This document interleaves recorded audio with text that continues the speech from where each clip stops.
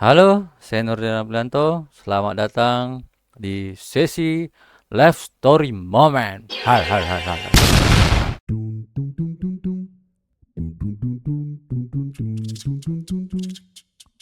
Teman-teman, sadar tidak kalau teman-teman sekarang berada di lingkungan yang benar atau salah, atau teman-teman belum bisa merasakannya, atau lagi, atau lagi. Atau kalau teman-teman sudah bisa merasakannya, kalau misalnya di jalan yang salah, kembalilah di jalan yang benar. Kalau sudah di jalan yang benar, pertahankan. Kalau bisa tingkatkan.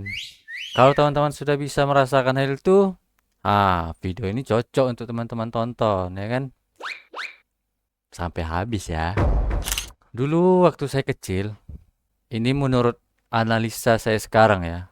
Saya udah di umur 27 tahun ini. Rasanya kalau saya dari kecil sampai saya umur 27 tahun ini saya berteman dengan lingkungan waktu kecil saya dulu, mungkin saya jadi pribadi yang lebih baik. Waktu saya kecil dulu, menurut saya berada di lingkungan yang tepat. Karena teman-teman saya waktu kecil dulu, alhamdulillahnya sampai saat ini mereka baik-baik dan di jalan yang lurus juga ya. Kalau dulu saya menilai teman-teman kecil saya itu tidak ada yang bandel ya, atau nakal gitu. Mereka pada ambisius untuk belajar dan apa ya? Dan ada beberapa yang takut untuk pulang jam 10 malam gitu kan.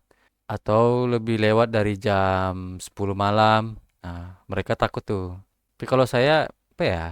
Suka ngelanggar gitu waktu kecil dulu. Jadi kalau menurut saya, kalau misalnya berkawan sama anak-anak nakal gitu kan, rasanya keren gitu kan.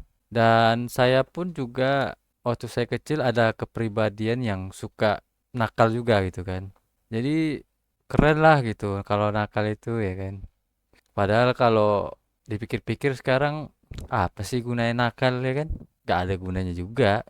Singkat cerita, saya berstatus pelajar, lebih tepatnya SMP ya. Di SMP saya bertemu dengan teman-teman yang nakal gitu kan. Entah saya punya kepribadian yang nakal, jadi ketemunya sama teman-teman nakal, atau memang tidak sengaja jumpa kawan-kawan yang nakal ya kan.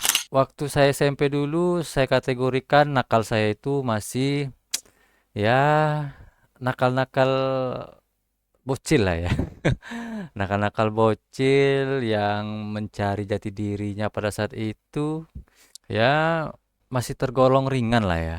Tetapi bagi teman-teman saya yang ambisius belajar, yang teman-teman saya yang baik di sekolahan, ya mereka menganggap itu suatu kejahatan terbesar bagi mereka ya.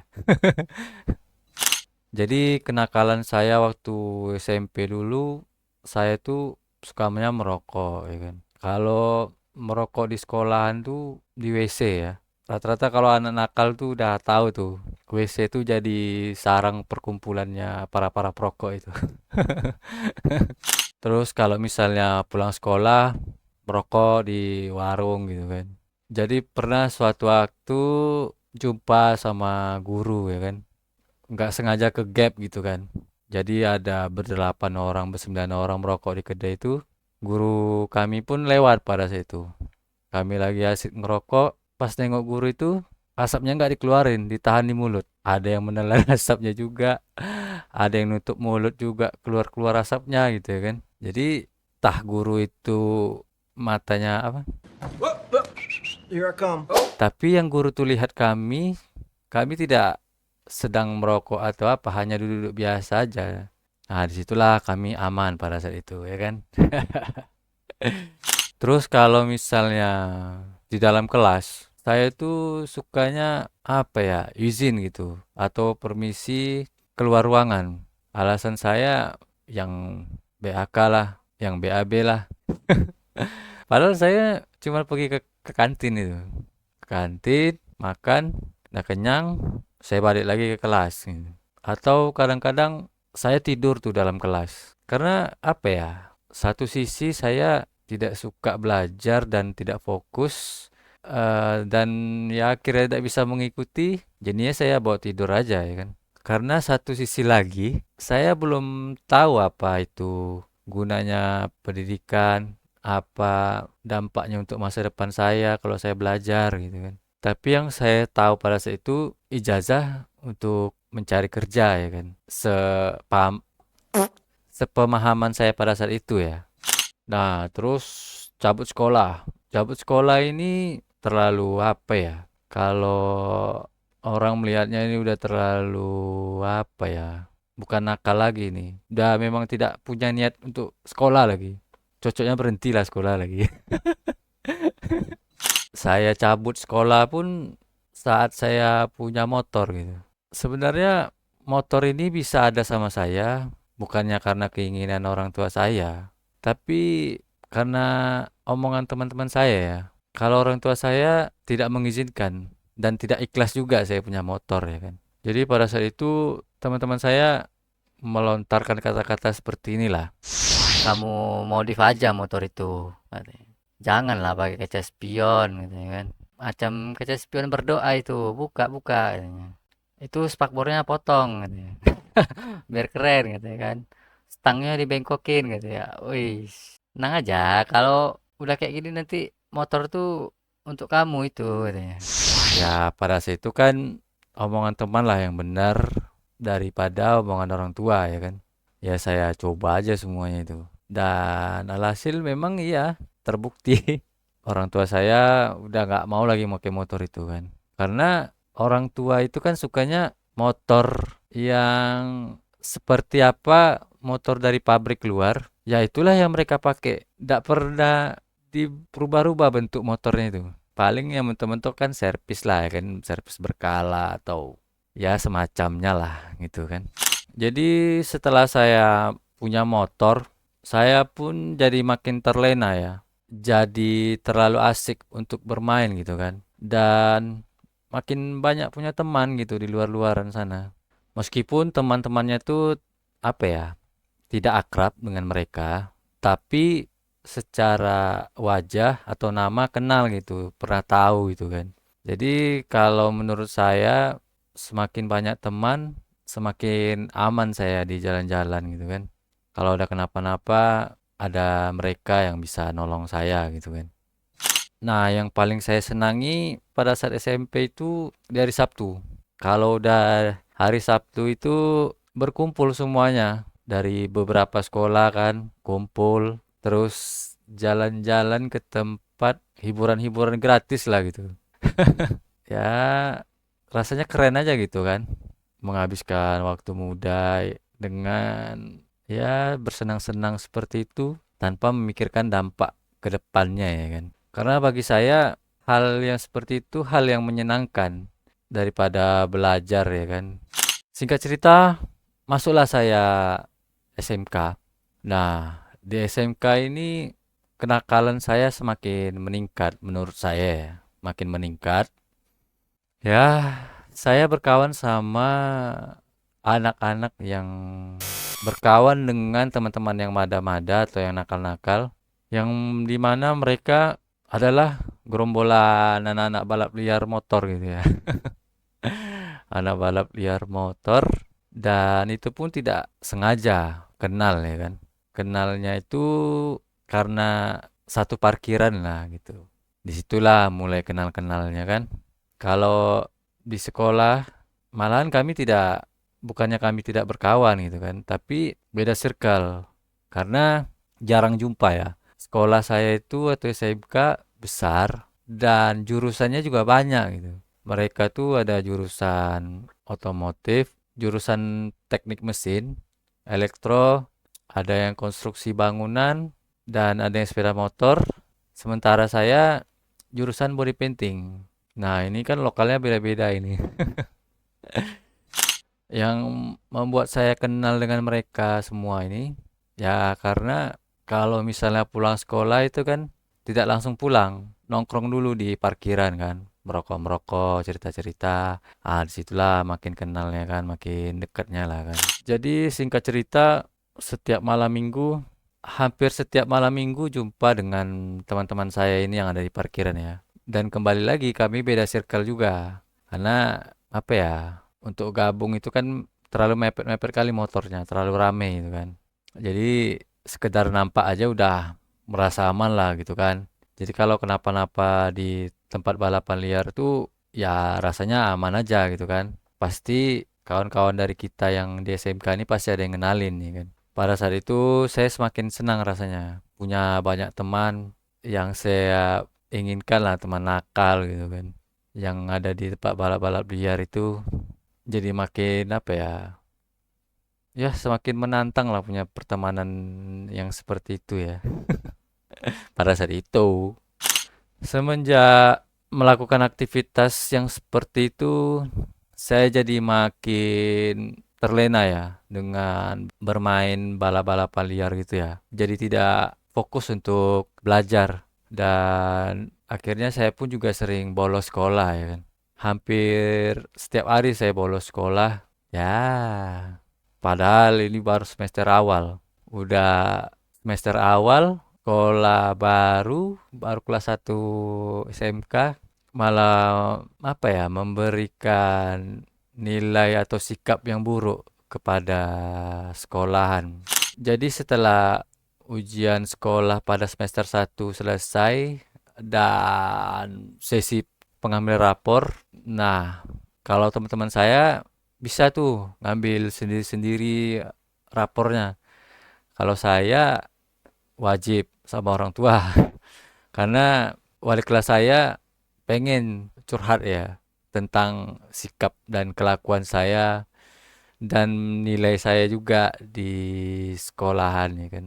Kalau nilai ya jangan ditanya lah, udah pasti itu, pasti hancur. Terus itulah, kemudian jumpalah orang tua saya dengan wali kelas saya. Disitulah wali kelas saya mengeluarkan unek-uneknya semuanya eh tentang kelakuan saya lah ya, sama nilai saya juga. Disitulah orang tua saya terkejut, yang orang tua saya tahu saya berangkat dari sekolah.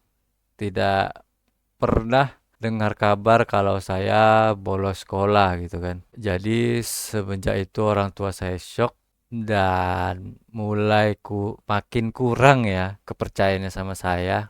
Dan akhirnya orang tua saya pertukaran nomor telepon dengan wali kelas saya untuk apa ya, memantau saya lah. Kalau saya berangkat atau tidak, nyampe atau tidak di sekolah. Nah, nanti wali kelas atau orang tua saya saling saling ngabarin lah gitu. Kemudian masuklah semester 2. Meskipun apa ya, orang tua saya dan wali kelas saya sudah punya nomor saling-saling saling bertukar nomor telepon, saya apa ya, tetap bolos sekolah juga karena menurut saya tidak apa ya, pada saat itu saya tidak niat sekolah gitu. Apa ya, pendidikan tuh gak penting gitu. Kayaknya apa ya, teman seumur hidup nih ya di jalanan balap liar nih lah teman saya seumur hidup sepertinya ya. Dan akhirnya saya tetap bolos juga, sering ketahuan dan ya hasilnya saya dipanggil ke ruangan BK dan di situ saya didampingi orang tua saya. Inti dari pembicaraan itu saya diskor lah. Di semester 2 itu diskor sampai di semester 2 itu saya diskor sampai habis tahun ajaran pada saat itu. Nah, saat saya diskor, bukannya saya evaluasi diri atau merenungi kesalahan, minta ampun sama orang tua, malahan tidak ya. Malahan saya lebih leluasa untuk main dan pulangnya nggak tahu aturan ya. Kadang pulang sehari, 2 hari, 3 hari baru pulang. Karena menurut saya hidup di luar itu asik, menyenangkan daripada hidup di rumah tuh membosankan ya. Padahal kalau dipikir-pikir sekarang ya lebih baik punya teman sedikit tapi berkualitas daripada teman banyak tapi tidak ada yang berkualitas gitu.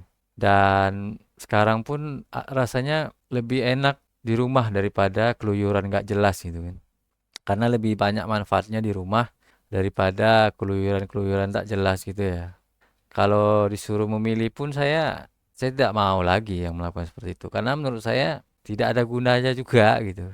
Nggak ada guna, nggak ada efeknya untuk saya sekarang. Malah menyulitkan diri saya sendiri sekarang. Nah, kemudian masuklah di tahun ajaran baru yaitu di semester 3 lah ya. Di situ saya bukannya langsung masuk ke kelas, tapi saya beserta orang tua saya terlebih dahulu masuk ke ruangan BK. Nah, di ruangan BK itu ada wakil kepala sekolah, guru BK, dan wali kelas saya. Nah, inti pembicaranya itu wakil kepala sekolah ini memberi opsi lah kepada saya. Opsinya tuh gini. Kamu mau tetap sekolah di sini, tinggal kelas, atau naik tetapi saya pindahkan katanya. Wah, saya apa ya? Kalau pindah saya pikir kan pasti butuh biaya itu kan. Saya tidak mau kalau masalah biaya saya tidak mau memberatkan orang tua saya. Saya mikirnya gitu. Terus saya jawab lah, ya udah Pak, saya sekolah di sini aja, nggak apa-apa tinggal. Nah, wakil kepala sekolah itu menyaut lagi apa dari jawaban saya. Beliau bilang, Emang kamu nggak malu diledekin kalau kamu tinggal kelas, sedangkan kon-kon kamu sudah naik kelas tuh. di situ saya berpikir, ya juga ya. Mental saya pasti kena lah. Saya masalah malu lah. Di situ pun saya berdiskusi lah dengan orang tua saya dan saya menyatakan sama orang tua saya pindah sajalah, saya bilang. Dengan berat hati, semua orang tua kalau masalah biaya pasti terberat ya kan. Cuman kembali lagi, demi yang terbaik untuk anak pasti mereka lakukan ya kan. Dan di situ ya fix lah. Jadinya saya pindah naik gitu kan. Disitulah penyusunan berkasnya semuanya di situ diurus dan hari itu juga saya udah dinyatakan secara sah saya pindah sekolah tapi naik dan diberi surat pengantar juga ya kalau nggak salah. Nah disitulah saya mencari-cari sekolah lagi ya. Lebih tepatnya tidak mencari, cuman dulu waktu saya masuk SMK, kalau saya tidak keterima sekolah saya yang dulu negeri, saya akan ngambil yang swasta ini ya kan. Jadi tidak butuh waktu panjang dan saya pun ngambil sekolah yang saya inginkan pada saat saya memilih dulu ya. Ya, tepatlah sekolah di swasta itu sekolah semi militer. Nah, disitulah saya bersekolah dan melanjutkan pendidikan saya sampai selesai ya, sampai tamat SMK. Tidak terasa udah jalan mungkin sekitar berapa menit ini. Mau saya terusin takutnya kelamaan dan terlalu panjang juga videonya.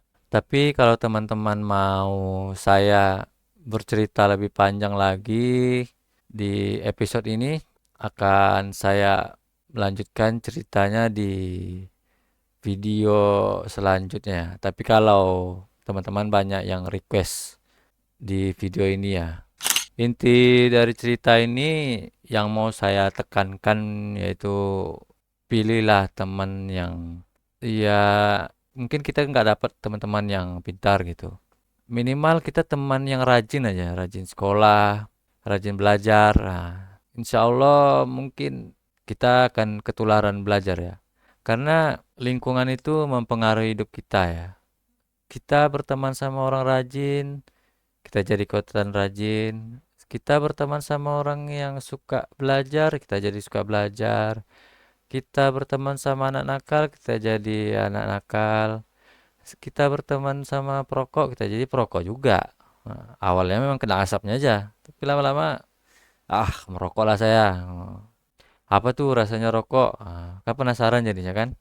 Karena kalau teman-teman bisa memilih kawan itu akan berdampak besar ya kepada masa depan teman-teman sendiri gitu.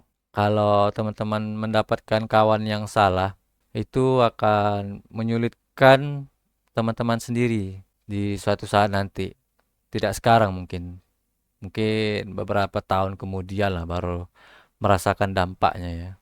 Oke, sekian aja dulu di sesi live story moment kali ini. Saya ucapkan terima kasih yang sudah menonton. Sampai jumpa di next episode live story moment. Bye bye.